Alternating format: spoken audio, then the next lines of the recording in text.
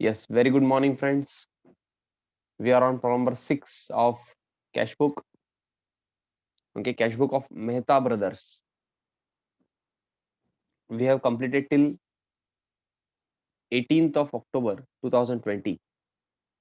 18th of October 2020. Okay, so now 22nd October 2020 received crossed check from Prabhakar rupees 6,000. Received crossed check from Prabhakar rupees 6,000.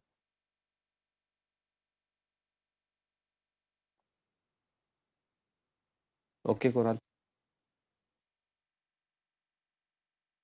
Received crossed check from Prabhakar rupees 6,000. Please tell me whether it will come on receipt side or payment side, debit side or credit side. हे पण homework दिलं होतं म्हणताय मी. काही जण म्हणतात हे बाकीचे पण ट्रान्झॅक्शन मी होमवर्क दिलं होतं असं. ओके, मग चेक करायचं, क्विकली सांगायचं मला. क्रॉस्ड चेक मिळालेलं आहे. रिसीट साइड और पेमेंट साइड और असं म्हणू शकता डेबिट और credit.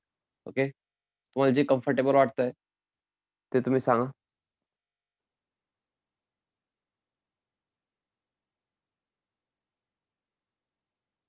Okay, everyone is saying debit side which is absolutely correct. और रिसीट साइड रिसिव्ड आहे, आपल्याला मिळालेलं आहे चेक. बेरर चेक असेल तर कॅश समजायचं आहे. ओके, ओनली चेक और क्रॉस चेक म्हणलं तर काय बँक कॉलम मध्येच लिहायचंय तुम्हाला. ओके, तिथं जास्त डोकं लावायचं नाही आपल्याला. ओके, प्रभाकर यांच्याकडून आपल्याला 6,000 चे चेक मिळालेले आहे. बँक बॅलन्स वाढणार, bank account debit to Prabhakar sir. आपण तसं एंट्री केलो असतो. आता रिसिट साइडला डेट आय थिंक 22nd आहे. 22nd to Prabhakar, to Prabhakar's account 6,000 bank column मध्ये. ओके,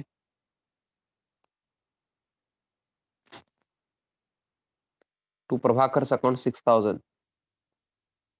नरेशन तुम्ही लिहायचं, being cross cheque received from Prabhakar. मी लिहित नाहीये बट तुम्ही लिहायचंय, being cross cheque received from Prabhakar.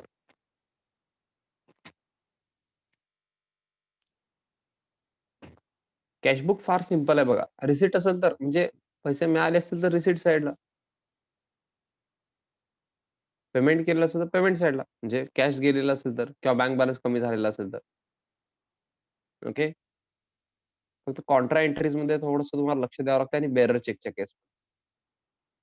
Next 27th October 2020. On 27th of October 2020 introduced additional capital rupees 25,000 and deposited the same into bank account.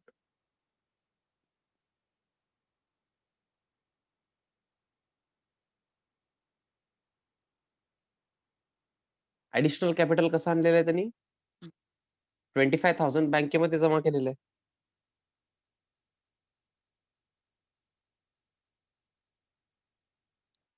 Additional capital 25,000 जे आहे त्यांनी काय केलेलं आहे, बँकमध्ये जमा केलेलं आहे. ओके, म्हणजे बँक बॅलन्स वाढलेलं आहे. Are you getting me? ते ऍडिशनल कॅपिटल आणलं म्हणजे काय हो, कॅपिटल आणल्यासारखं. कॅपिटल आणल्यानंतर एंट्री काय करता तुम्ही? सुरुवातीचं फर्स्ट एंट्री आठवते का तुम्हाला? Started business with bank balance rupees 25,000 असं आहे समजा. तर आपण काय करतो, bank account debit to capital account किंवा कॅश टू कॅपिटल, म्हणजे कॅश असेल तर. ओके, ज्याच्याने बिझनेस स्टार्ट केलेला आहे तसं आपण एंट्री करतो, कॅश टू कॅपिटल और bank to capital.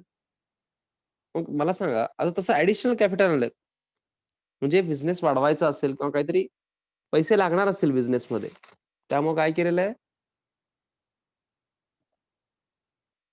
Additional capital आणलेलं आहे. तर एंट्री काय होणार, सेम एंट्री होणार. फक्त आपण कॅपिटल ऐवजी ऍडिशनल कॅपिटल म्हणणार, म्हणजे अकाउंट मध्ये कॅपिटल अकाउंटच म्हणायचं, नरेशन मध्ये लिहिताना ऍडिशनल कॅपिटल आणलं म्हणून पाहिजे. ओके, सो बँक अकाउंटला डेबिट आहे, मग कुठं जाणार हो? Everyone please tell me. Bank balance वाढलेला आहे, कुठं जाणार?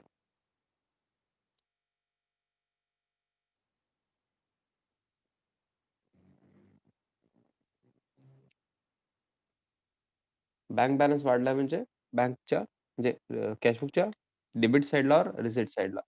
येस. 22nd नंतर डेट काय हो? 27th ला. 27th ला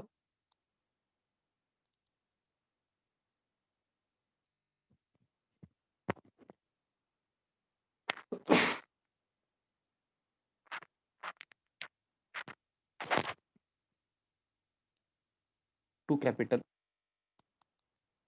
अकाउंट बँक कॉलम मध्ये 25,000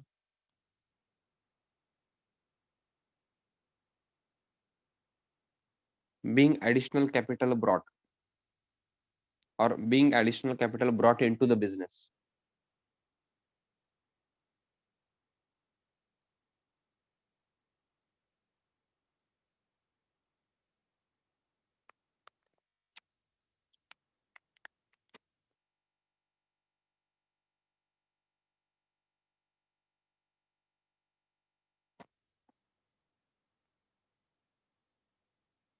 Being additional capital brought into the business.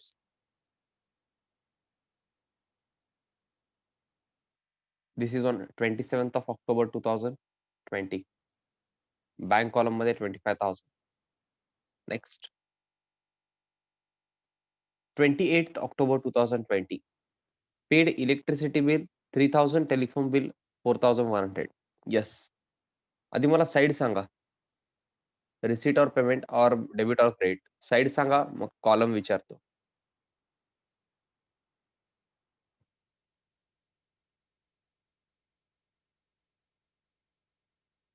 Everyone is saying payment side और credit side which is absolutely correct. आधी आपण इलेक्ट्रिसिटी लिहू मग टेलिफोन पण लिहू. ओके वेगवेगळं लिहू.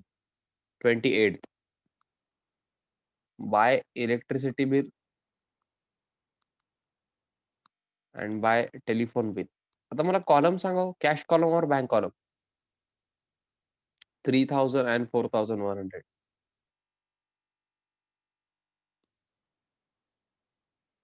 कसं पेमेंट केलेलं आहे? काय सांगितलेलं म्हणजे काय कॅश दिलेलं असणार ना? काय सांगितलं नाही म्हणजे चेक वगैरे घ्यायचं नाही. ओके कॅश मध्ये लिहायचं. Yes very good. Please write down.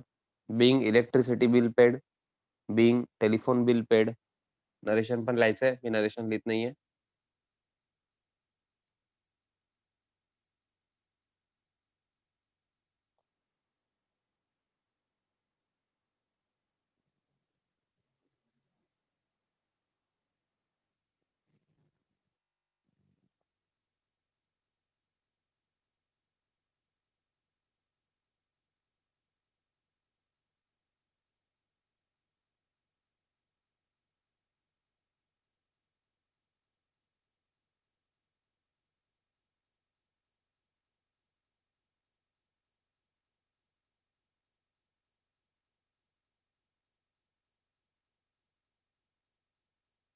Yes.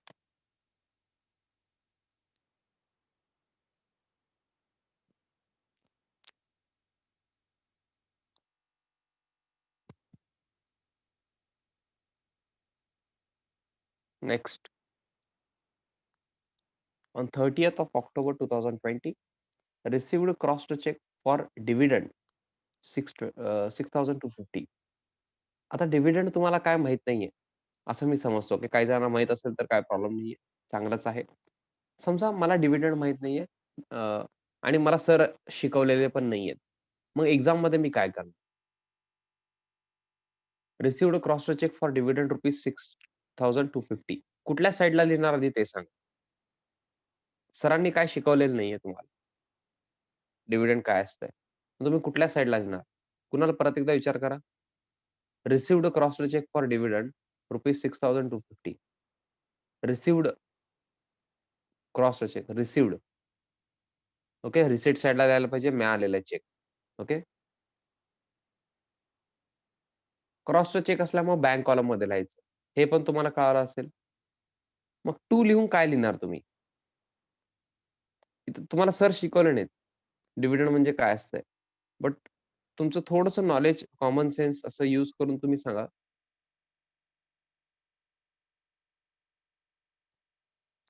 30th ऑक्टोबरला इथं टू काय लिहिणार तुम्ही?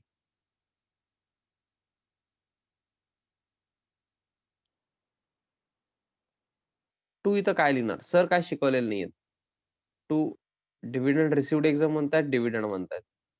अहो टू बँक कसं लिहिणार गौतमी? बँकच्या डेबिटला तुम्ही टू बँक म्हणजे एंट्री करताय तुम्ही बँक टू बँक. असं का करताय हो तुम्ही? Bank account debit to bank account असं एंट्री करणार का? हेच तर ब्लंडर करायचं नाहीये म्हणलो होतो.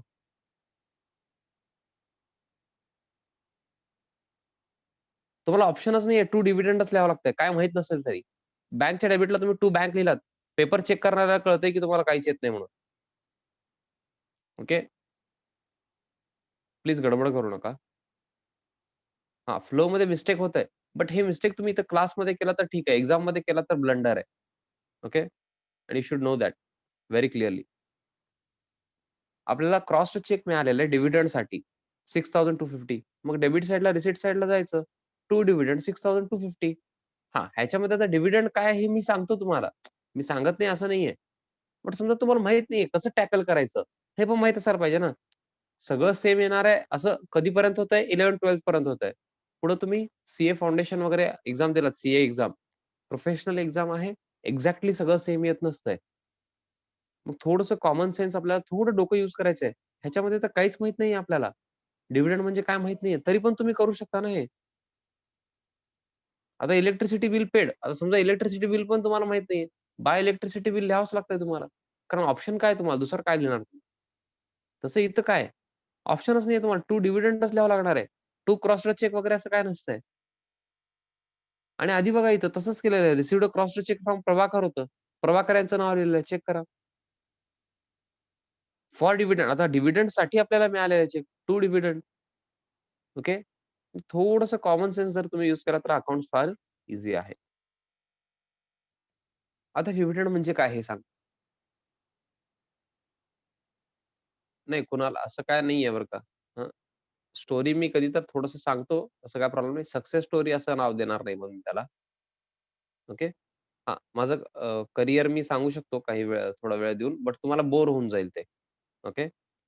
हां, कधी एकदमच तुम्हाला काय नको वाटत असेल, तर मी माझं काहीतरी सांगतो. ओके, टेन्शन घेऊ नका. लाईव्ह बॅचमध्ये अजून चांगला एक्सपिरियन्स असेल ते. ओके. जर जमलंच नाही, तर मग मी ह्याला पण सांगतो, काही इश्यू नाहीये. माझं एक्सपिरियन्स सगळं सांगतो. अहो, तुम्ही आता 11th आहे. ओके. फार पुढे जायचंय आपल्याला. 11th आहे, 12th आहे आणि तुमच्यामधले मोस्टली सगळे सीए करणार आहेत. मग सीए फाउंडेशनला तुम्ही असणार. मग आपण भरपूर वेळ सोबत आहे. ओके. काय टेन्शन घेऊ नका. सगळं कळेल. आणि मी काही लपवत नाही. तुम्ही विचारा, ज्यांनी आता सीए फाउंडेशन गेले आता बॅच झालेलं आहे किंवा आता ज्यांनी आहेत किंवा आता 12thला असलेले. मी काही लपवत नाही. तुम्ही जर त्यांना विचारलात ना, तरी जे विचारलेत सगळं मी सांगितलेलं आहे. ओके. तुम्ही अजिबात काळजी करू नका. सगळं कळतंय माझ्याबद्दल तुम्हाला. हां, आपण कुठं होतो? आपण डिव्हिडंडवर होतो. हं, डिव्हिडंडवर या. तुम्हाला रिलायन्स कंपनी माहिती आहे का हो? रिलायन्स कंपनी म्हणजे जिओ सिम कार्ड ज्यांचं आहे, ते रिलायन्स कंपनी आहे. मुकेश अंबानी. रिलायन्स जिओ असं म्हणतात ते. हां. तसं टाटा यांची पण कंपनी आहे. माहीत आहे का तुम्हाला? म्हणजे भरपूर कंपनीज आहेत त्यांचे टाटाचे. बट कंपनी आहे हे माहीत आहे का तुम्हाला? Tata consultancies limited, Tata sons limited वगैरे असं भरपूर आहेत. ओके. असं जे कंपनीज आहेत, ओके. ते 2च नाहीत, ते तुम्हाला माहीत आहेत म्हणून मी एक्झाम्पल दिलं. असल्या भरपूर कंपनीज आहेत. त्याचे ओनर भरपूर जण असतात. म्हणजे काय, ते शेअर्स म्हणून एक डॉक्युमेंट असतं किंवा शेअर असतंय. ओके. तुमच्यासाठी तुम्ही डॉक्युमेंट म्हणू शकता ते. ते त्यांनी काय करतात, इश्यू करत असतात. ओके. डॉक्युमेंट म्हणणं आता हे ॲक्चुअली करेक्ट नाहीये बरं का. मी लेक्चरमध्ये फार व्यवस्थितपणे क्लिअर करतोय, की हे डॉक्युमेंट वगैरे असं म्हणू शकत नाही. पण शेअरच म्हणतो आपण त्याला. ओके. म्हणजे शेअर्स इश्यू करतात म्हणजे काय करतात ते पब्लिकमध्ये सगळ्यांना आता समजा 1,00,000 शेअर इश्यू केले. म्हणजे काय करतात, लोकांना 1,00,000 शेअर देतात ते. तर सगळ्यांना कोणाला पण देतात का? तसं नाही. पैसे द्यावे लागतात त्यासाठी. ओके. पर शेअर एका शेअरचं एक डॉक्युमेंट आहे समजा ते. ते देतात तुम्हाला. त्याच्यावर लिहिलेलं असतं, आतापासून तुम्ही एवढ्या या शेअरचे मालक होणार म्हणून. ओके. म्हणजे कंपनी तुमची. तुम्ही शेअर घेतलात समजा ₹1000 पर शेअर प्रमाणे 10 शेअर घेतलात. तर तुम्ही किती दिला तो ₹10,000 दिलात. एक एक्झाम्पल घेतोय. ओके. म्हणजे तुम्ही आता समजा हे रिलायन्स कंपनीचे तुम्ही घेतात. तर रिलायन्स कंपनीचे तुम्ही 10,000 साठी मालक झालात. ओनर. असं असतंय कंपनीचं कन्सेप्ट. ओके. आता 11th नाहीये कंपनीचं कन्सेप्ट, बट तुम्हाला एक सांगतोय मी बेसिक. हां, स्कॅम 1992 बघितलेलं आहे का तुम्ही ऑलरेडी? हां, मग थोडंसं कळत असेल तुम्हाला. तिथं तर फार कंपनी यूज होतंय वर्ड. ओके. हां. मग मला काय म्हणायचंय, कंपनीचे जे ओनर्स असतात, तुम्ही सांगा, तुमचा एक बिझनेस आहे. तुम्ही कशासाठी बिझनेस करता? सर पैसे कमवायचे प्रॉफिट कमवायचंय. मग जसं तेव्हा तुम्ही म्हणता, प्रॉफिट माझंच आहे. आता तुमचं बिझनेस आहे म्हटल्यानंतर सगळं कमवलेले पैसे तुमचे प्रॉफिट जे आहे, ते तुम्हालाच मिळणार. तसं मला सांगा, आता कंपनीमध्ये हे शेअर्स इश्यू करतात ह्यानी. त्यांनी म्हणतात 10,000 चे तुम्ही मालक आहे. मग कंपनी जे प्रॉफिट कमवणार, त्याच्यामध्ये थोडं काहीतरी ह्यांना पण मिळायला पाहिजे ना, की ज्यांनी पण पर्चेस केलेले आहेत. मी नाव म्हणतो किंवा असं पर्सन आहे समजा ते. ह्यांना प्रॉफिट मिळायला पाहिजे का नाही? ते रिलायन्स कंपनीचे मालक ह्यांनी 10,000 साठी मालक आहेत. रिलायन्स कंपनी फार मोठा आहे बरं का. 10,000 चे मालक म्हणजे काहीच नाही. हां. मग ह्यांना प्रॉफिट मिळायला पाहिजे का नाही? रिलायन्स कंपनीला जर प्रॉफिट झालं तर? तुम्हाला काय वाटतंय? तुम्ही म्हणता ह्यांनी ओनर आहे. ओके. आता जस्ट मी सांगितलं. त्यांनी शेअर्ससाठी त्यांनी पैसे दिले म्हणजे काय? त्यांच्याकडे एक शेअर आहे, एक डॉक्युमेंट आहे म्हणजे काय? त्यांनी ओनर आहेत कंपनीचे ₹10,000 साठी. सर तर कंपनी तर फार मोठी आहे सर. करोड्स ऑफ रुपीजची कंपनी आहे ते. तुम्ही 10,000 चे मालक तुम्हाला काय मिळणार? मी काय विचारतोय, किती मिळणार हे इम्पोर्टंट नाहीये. प्रॉफिट मिळायला पाहिजे का नाही हे क्वेशन आहे माझं. ओनरला, ज्यांनी मालक आहे त्याला प्रॉफिट मिळायला पाहिजे का नाही? सिंपल क्वेशन आहे. Can you please tell me? काही जण आन्सर देत नाहीत. I don't know why.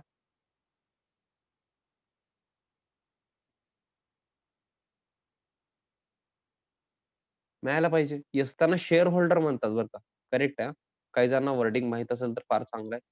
Share holder म्हणतात. म्हणजे आपण शेअर्स होल्ड करतो ना. आता हे 10,000 ज्यांनी पण दिलेत, त्यांनी हे शेअर्स होल्ड करतायत. त्यांना शेअर होल्डर म्हणतात. ओके. ते ओनर असतात. शेअर होल्डर कंपनीचे. मग ह्यांना प्रॉफिट मिळायला पाहिजे म्हणजे डायरेक्टली प्रॉफिट देत नाहीत. त्या प्रॉफिटमधलं ना काही पार्ट कंपनी डिव्हिडंड म्हणून देत असते. ओके. काही पार्ट स्वतःकडे ठेवते. का तर कंपनीचा बिझनेस पण वाढवायचा आहे. काही कंपनीचं बिझनेस वाढवायचा आहे. म्हणजे काही अमाउंट यूज करून कंपनीचं बिझनेस जे आहे ते वाढवावं लागेल ना हो. सगळं प्रॉफिट तुम्हाला दिलं तर बिझनेसमध्ये पैसे कसे राहणार? ओके. मग समजा प्रॉफिट झालं. सगळेजण असंच करत नाहीत हां. म्हणजे एक एक्झाम्पल सांगतोय. ₹10 प्रॉफिट झालं समजा. एक एक्झाम्पल घेतोय. त्यातलं त्यांनी काय ठरवतात ₹3 सगळ्या शेअर होल्डर्सला द्यायचं. बाकी ₹7 द्यायचं नाही. बिझनेसमध्येच यूज करायचं. ओके. मग हे ₹3 जे देतात ना, समजा पर शेअर आहे ₹3 तर ह्याला काय म्हणतात ते डिव्हिडंड म्हणतात. पर शेअर डिव्हिडंड आपण एवढं देतोय. मग मी 1000 शेअर्स घेतलं होतं. 1000 इंटू 3 ₹3000 मला डिव्हिडंड मिळणार. ओके. हां. जस्ट लाइक तुम्हाला इंटरेस्ट कसं मिळतं ना बँकेकडून, तसं तुम्हाला काय मिळणार हो? डिव्हिडंड मिळणार ॲज अ प्रॉफिटचा share. Okay. Yes. Very good Kunal. Yes. बाकीच्यांना कळालं का हो? डिव्हिडंड कळालं का? हां. मग शॉर्टमध्ये समरी काय सांगायचंय मला तुम्हाला? कंपनीकडून जे शेअर होल्डर्सला प्रॉफिटचा हिस्सा मिळत असतं प्रॉफिट. त्याला आपण डिव्हिडंड म्हणतो. बेसिकली असं लक्षात ठेवा. डिटेलमध्ये नंतर कळेल. ओके. प्रोफेशनल कोर्सेसमध्ये फार डिटेलमध्ये येते नंतर. ओके. हां, काही दिवस त्याला द्यावं लागतात असं आहे ते. एस-पीमध्ये आहे का तुम्हाला? Okay, okay. नो इश्यूज मग. एस-पीमध्ये झालेलं आहे का हो तुम्हाला? काही जण एस-पीमध्ये झालाय म्हणतायत. हां, मग एस-पीमध्ये झालेलं असेल तर मग काय टेन्शनच नाही ना हो. तुम्ही सांगायला पाहिजे ना हो आधीच. मी एवढं सगळं एक्सप्लेन करतोय तुम्ही मला वाटलं तुम्हाला काहीच माहीत नाहीये. ओके. आणि प्रत्येक वर्षी असंच करतात. 11th मला कोण सांगतच नाहीत. सगळं झाल्यानंतर "सर एस-पीमध्ये आहे" असं म्हणतात. आधीच सांगितलं तर मी शॉर्टमध्ये एक्सप्लेन केलं असतं कारण एस-पी कंपल्सरी सब्जेक्ट आहे. अरे नाही, काही जण बँकिंगमध्ये पण आहेत ना हो. बँकिंग ओएमवाल्यांना आय थिंक एस-पी नसेल. ओके. त्यांना डिव्हिडंड मला सांगावंच लागतंय. येस.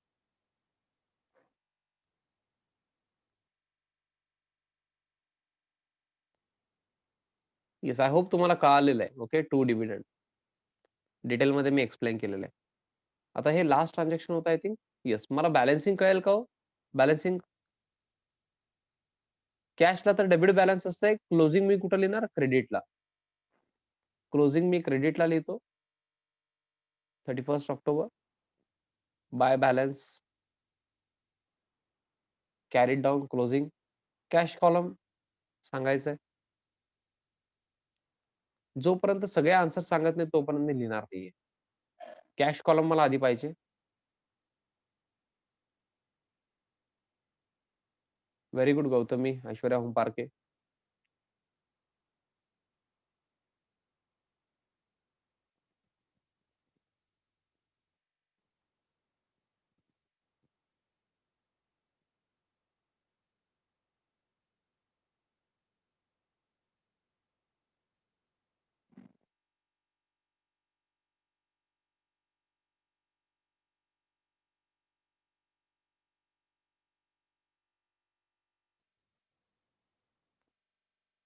बाकीचे आन्सरच सांगत नाहीयेत. असं का हो? कॅश कॉलमचा balance debit side total, then credit side total, greater amount, less smaller amount. जे येतं ते बॅलन्स असतंय. कुठं लिहायचं? ज्या साइडची टोटल कमी आहे. The side which has lesser total. Okay. तिथं तुम्हाला लिहायचंय. So that both side total will be equal.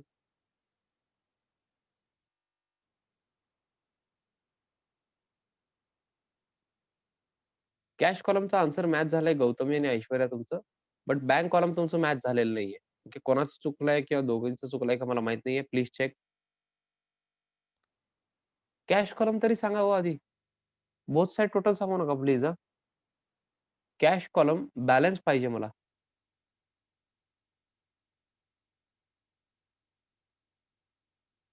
Yes, debit side total करा ना हो. म्हणजे काय मी लिहिल्यानंतरच लिहिणार का तुम्ही? असं का करताय? डेबिट साइड टोटल करा. रफ पेज घ्यायचं बरं का. Very good Aishwarya Kulkarni. Rough page घ्या. डेबिट साइडचे सगळे अमाउंट लिहायचं रफ पेजवर. 13,000, 72,000, 9,500, 11,520 हे डेबिट साइड टोटल झालं. करायचं. क्रेडिट साइडला काय 25,650, 40,000, 4,000, 9,500, 3,000, 4,100.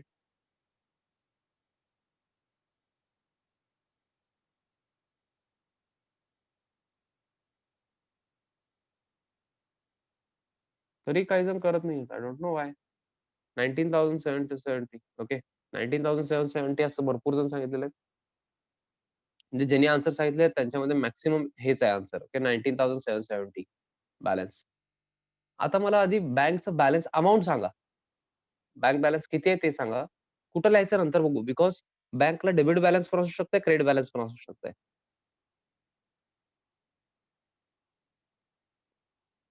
अमाउंट सांगा आधी. Bank balance.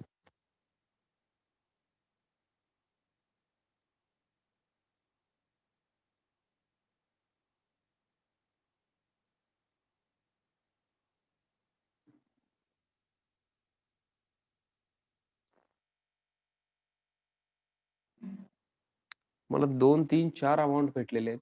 हे बघा, बँकसाठी अमाउंट एक जण म्हणतंय 61,100, एक जण म्हणतंय 86,250, एक जण म्हणतंय 78,850, एक जण म्हणतंय 1,04,500. ओहोहो! काय हो? हां, आय थिंक 85,100 पण एक जण म्हणलेत. आता कुठलं करेक्ट आहे?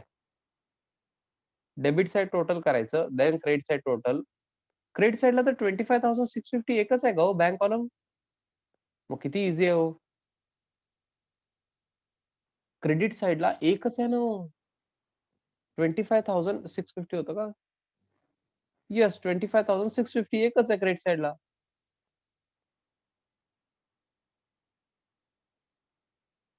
85,100 हे बँक बॅलन्स आहे.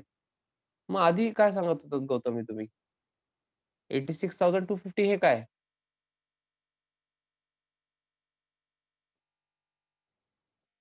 85,100च म्हणतायत हो. आता सगळे 85,100 म्हणतात. असं का करताय हो? काय चुकतंय बघा. सगळे अमाउंट चेक करा एकदा सुरुवातीपासून हे बघा. मी दाखवतो सोल्युशन. चेक करा हो. कुठं चुकतायत बघा अमाउंट असं का? बघा कॉलम चुकलात का? चालत नाही हां, एखादं इथं-तिथं झालं तर चालतंय का सर? अजिबात चालत नाही. इथं-तिथं चालतंय का म्हणजे?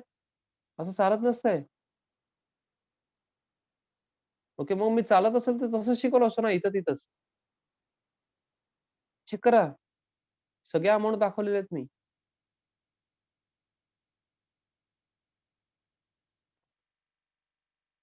85,500च म्हणतायत बघा. आता हे कुठं लिहू सांगा मी? कुठल्या साइडची टोटल कमी आहे? Debit or credit? ज्या साइडची टोटल कमी आहे त्या साइडला लिहायला पाहिजे. The side which has lesser total, debit side और क्रेडिट साइड? क्रेडिट साइडला एकच अमाउंट आहे. आय थिंक तेच लहान असणार 25,000. बाकीकडे इथे डेबिटला 40,000 वगैरे आहे. टोटल जास्तच असणार आहे. Okay. Everyone is saying credit side. Me credit साइडला लिहिलो 85,100. बोथ साइड टोटल तुम्ही आता करू शकता. ओके.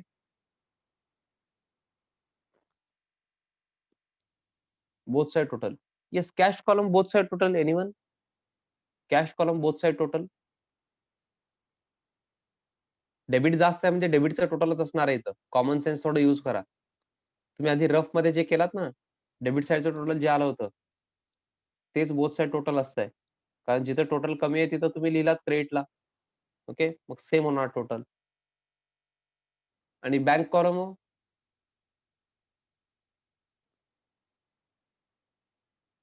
काही जण आन्सर देत नाहीयेत हां. I don't know why. काय चुकलं असेल तर मला विचारा बरं का, "सर मॅच होत नाही आम्हाला सोल्युशन दाखवा" वगैरे असं. Bank column both side total.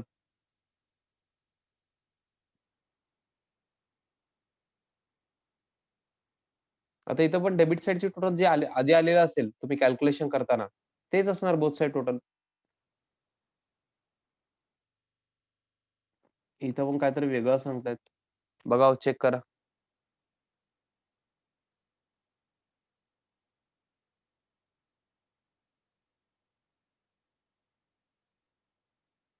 First November 2020 to balance brought down.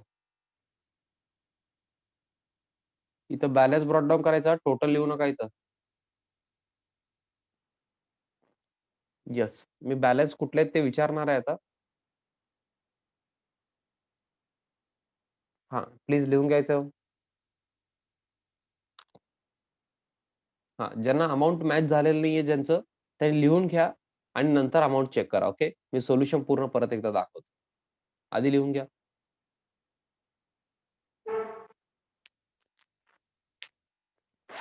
Yes. Please tell me. कॅशला कुठला बॅलन्स आहे? 19,770. डेबिट बॅलन्स और credit balance? Please answer me. Very good. Very good. 19,770 cash balance जे आहे, हे डेबिट बॅलन्स आहे का credit balance आहे? मला माहीत नाहीये. मला अजिबात काही येत नाहीये. मी विसरलो बरं का. मी ब्लँक आहे.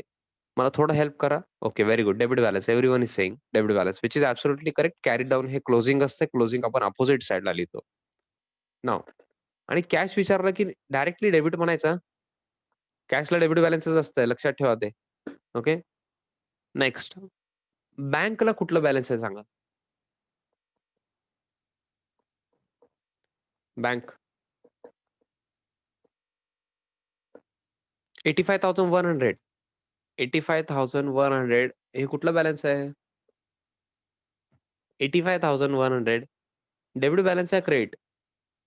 सगळे डेबिट म्हणतायत हो. सगळे डेबिट म्हणतायत. Very good. व्हेरी गुड हां. कॅरीड डाउन क्रेडिटला आहे, करेक्ट आहे. हे बघा, कॅरीड डाउन तुम्हाला इथं क्रेडिटला दिसत असेल हो. But carried down is closing balance. Okay. Closing balance आपण अपोझिट साइडला लिहितो. हे लक्षात घ्या. Okay. Carried down means closing balance and we write closing balance on opposite side. So balance will be debit balance. Okay. हां, हे आठवण ठेवण्यासाठी झालं. लॉजिकली काय असतंय, ज्या साइडची टोटल जास्त असते, ते बॅलन्स असतंय. ओके. डेबिट साइडची टोटल जास्त होती दोन्ही केसमध्ये पण. ओके. कॅश आणि बँक. तुम्ही कॅल्क्युलेशन करताना चेक केलेलं असेल. So this was problem number 6. कोणाला काय क्वेरी आहे का हो? ज्यांना हे वरचं सोल्युशन पाहिजे होतं बघा.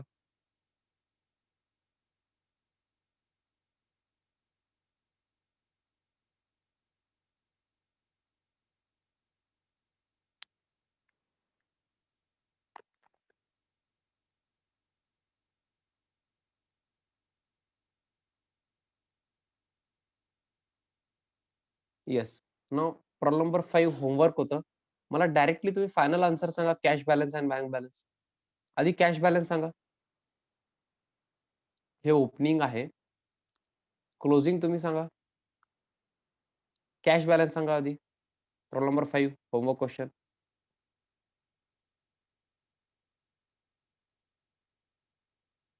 समवन इज सेइंग 11,000, 13,000, 17,000 कोणाचं ऐकायचं मी? सर काय सर करेक्ट आन्सर सांगा सर तुम्ही फक्त.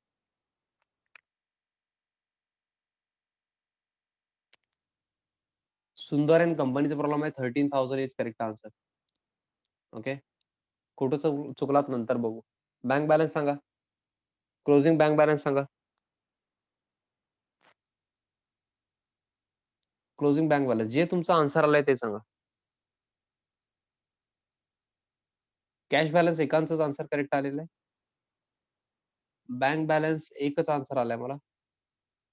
ओके. मॅच झालेत काही जणांचे आन्सर बँक बॅलन्स तरी. 22,600. 22,600 ओके. And cash balance 13,000. हां, हे आन्सर लिहून घ्यायचं बरं का. हे कुठले बॅलन्स आहेत ओ? डेबिट आहेत का क्रेडिट आहेत? हे दोन्ही डेबिट बॅलन्स आहेत ना? म्हणजे तुम्ही क्लोजिंग क्रेडिटला यायला पाहिजे बघा. Carried down. ओके. हे डेबिट बॅलन्सेसच आहेत. 11th शक्यतो बँकला डेबिट बॅलन्सच आहे असं ते सांगतात. म्हणजे तेच एक्झाम्पल देतात. बँकला शक्यतो क्रेडिट बॅलन्स त्यांनी आणत नाहीत. की शक्यतो म्हणलो मी, काय सांगता येत नाही. तुमच्या कॉलेजमध्ये काय करतील. म्हणून मी आधीच सांगून ठेवलेलं आहे बँकला कुठलाही बॅलन्स असू शकतं debit or credit. Normally debit असतं बट. ओके. सो बॅलन्स मी तुम्हाला सांगितलेलं आहे. हां, ज्यांचं काही क्वेरी वगैरे आहे त्यांनी विचारायचं आहे. Very quickly.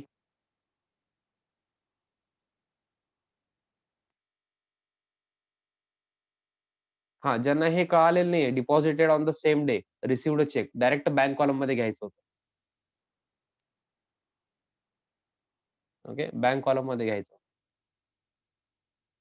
बाकी सगळं तुम्हाला येतंय. बाकी सगळं तुम्हाला येतंय, असं मला वाटतं. ओके. कुठं चुकलात बघा. करेक्ट आन्सर घेऊन लिहून घेतलात का हो? बाकीचे ज्यांनी 17,000 वगैरे सांगितले होते कॅश बॅलन्स. करेक्ट आन्सर लिहून घेतलात का तुम्ही? हां. जरी होत नसेल तर 100% मला नेक्स्ट लेक्चरमध्ये तुम्ही विचारायचं आहे. Okay. So this is it for